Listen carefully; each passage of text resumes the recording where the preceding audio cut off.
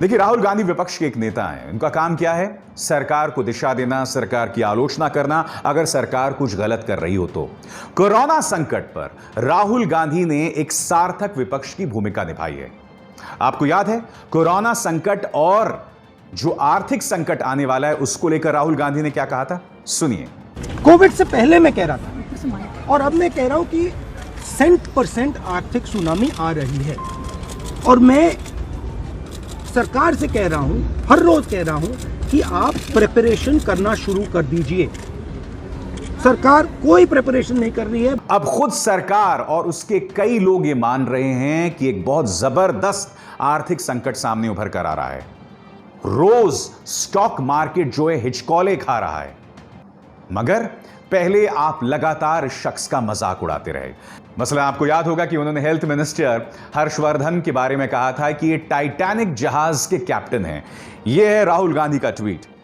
The health minister saying that the Indian government has the corona crisis under control is like the captain of the Titanic telling passengers not to panic as his ship was unsinkable.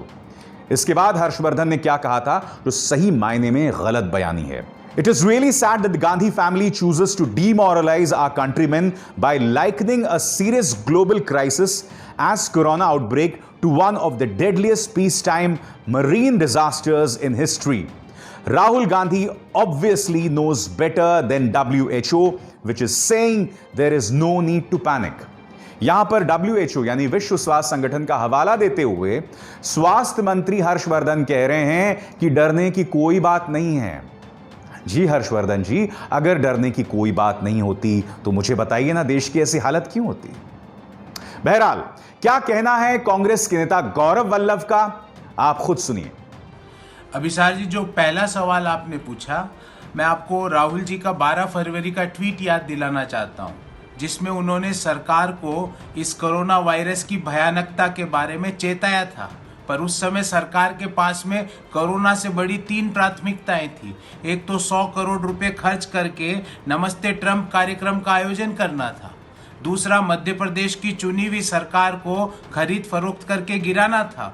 और तीसरा, बिहार चुनाव को मद्देनजर रखते हुए लिट्टी चोखे का खाने का आयोजन करवाना था। तो सरकार की प्रायोरिटी अलग थी। पर अच्छा है, मैं कहता हूँ राहुल जी की जो 8 मई की जो बात को सरकार ने माना कि भाई जो राज्य सरकार और लोकल लेवल पे रेड, ऑरेंज और ग्रीन का वर्गीकरण की जो राइट्स हैं उनको मिलना चाहिए। क्योंकि हमारा हमेशा से मानना है कि इस लड़ाई को लड़ने के लिए लोकल लेवल पे ही इसे हमें हराना पड़ेगा। हमें एक स्ट्रॉन्ग लीडर लोकल लेवल पे चाहिए, भले वो डिस्ट्रिक्ट का डीएम हो, भले राज्य का सीएम हो। इस लड़ाई को हम वहीं हरा सकते हैं, इस लड़ाई को ऊपर लाके हम नहीं हरा सकते। तो ये अच्छा है, माना है, देर आए दुरुस्त है। पर वो 12 फरवरी वाली बात मान लेते तो आज इस भयानकता का जो सामना 1 लाख के आसपास संक्रमण का आंकड़ा पहुंच रहा है वो नहीं देखना पड़ता। तो ये बात तो तय है कि मीडिया जिम्मेदार भूमिका नहीं निभा रही है, मगर कम से कम इस संकट के दौरान सरकार और विपक्ष तो एक साथ आ सकते हैं। भारतीय जनता पार्टी और कांग्रेस तो एक साथ आ सकते हैं। कम से कम हम सियासत से दूर तो रह सकते हैं। खबर कौन सी है? खबर यह है कि कांग्रेस की सरकार, जैसे कि आप जानते हैं, राजस्थान में, और वो 500 बसेस भेज देती है उत्तर प्रदेश की ओर। मगर उत्तर प्रदेश की सीमा पर वहां की सरकार उन बसेस को रोक देती है। कांग्रेस लगातार कह रही है कि इन बसेस को अंदर घुसने की अनुमति दी जाए ताकि जो मजदूर सड़क पर चल रहे हैं उन्हें घर पर पहुंचाया जाए। क्या कह रही हैं प्रियंका गांधी, आप खुद सुनिए। आदरणीय मुख्यमंत्री जी, मैं आपसे निवेदन करना चाहती हूँ, ये राजनीति का समय नहीं है। हमारी बसें बॉर्डर पे खड़ी हैं। हजारों श्रमिक भाई बहन पैदल बगैर खाए पिए दुनिया भर की मुसीबतों को उठाते हुए अपने घर की ओर चल रहे हैं। हमें उनको मदद करने की अनुमति दीजिए। हमारी बसेस को परमिशन दीजिए ताकि हम उनको सही सलामत अपने घर पहुंचा पाए। अब इसके जवाब में सिद्धार्थ नाथ सिंह, जो कि कैबिनेट मिनिस्टर हैं, वो क्या कह रहे हैं? कांग्रेस नेता प्रियंका गांधी का 1000 बसें भेजने का सुझाव अप्रासंगिक है। उन्हें यह बात समझना चाहिए कि प्रवासी उत्तर प्रदेश से बाहर नहीं जा रहे हैं बल्कि अन्य राज्यों से यहां आ रहे हैं। ऐसे में उन्हें जहां से मजदूर आ रहे हैं वहां बस भेजनी चाहिए। उन्होंने कहा कि ज्यादातर प्रवासी मजदूर महाराष्ट्र और पंजाब जैसे कांग्रेस शासित राज्यों से आ रहे हैं, उन्हें यह बसें उन राज्यों में भेजनी चाहिए। बिल्कुल सही कह रहे हैं सिद्धार्थनाथ सिंह, आपको ऐसी बसें पंजाब या महाराष्ट्र भेजनी चाहिए। मगर मैं सिद्धार्थनाथ सिंह से एक सवाल पूछना चाहता हूं, दो सवाल पूछना चाहता हूं। पहला सवाल, क्या आप यह बात पूरी पुष्टि के साथ कह सकते हैं कि इस वक्त उत्तर प्रदेश की सड़कों पर जो गरीब अपने घर की तरफ चल रहा है, उसे घर पहुंचने के लिए तमाम सुविधाएं मौजूद हैं? अगर ये 500 या 1000 बसेस उत्तर प्रदेश के अंदर आ जाती हैं, तो इससे उस गरीब मजदूर को मदद मिलेगी ना, जो इस वक्त सड़कों पर चल रहा है, क्योंकि मजदूर तो अब भी सड़कों पर चल रहा है। और दूसरा सवाल, गुजरात से कितने मजदूर उत्तर प्रदेश का रुख कर रहे हैं? सिद्धार्थनाथ सिंह ने क्या इनका इंतजाम किया है? क्योंकि उन मजदूरों से आपने ट्रेन में बैठने के लिए पैसे तो वसूल लिए, मगर जो सड़कों पर चलते हुए आ रहे हैं, क्योंकि आपने हवाला दिया राजस्थान का जहां पर कांग्रेस की सरकार है, आप गुजरात की बात क्यों नहीं करते जहां पर बीजेपी की सरकार है? क्या गुजरात और उत्तर प्रदेश के बीच में तालमेल है?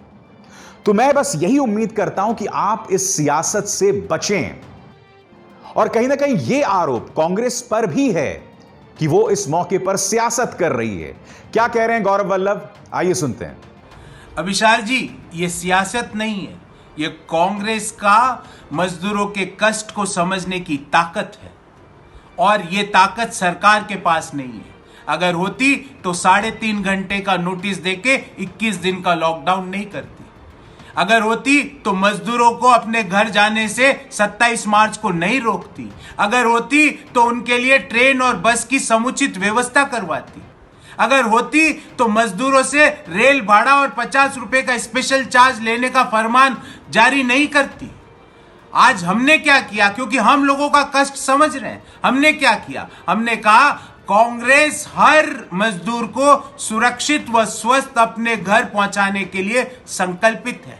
हमारी राज्य इकाइयों ने, हमारी डिस्ट्रिक्ट इकाइयों ने जो लोकल लेवल पे मजदूरों के टिकट के रेल भाड़े भारतीय रेलवे को दिए। और अब जब प्रियंका गांधी जी 1000 बसें यूपी में चलाना चाहती है, इसमें क्या गलत है? जब उत्तर प्रदेश और बिहार की सड़कों पर आज भी लाखों की संख्या में लोग अपने बच्चों को सीने से लगाए हुए पैदल चलते जा रहे हैं, और हम 1000 बसें चलाना चाहते हैं, तो आपको सियासत दिख रही है। ये सियासत नहीं, आपको अपनी कमी दिखनी चाहिए।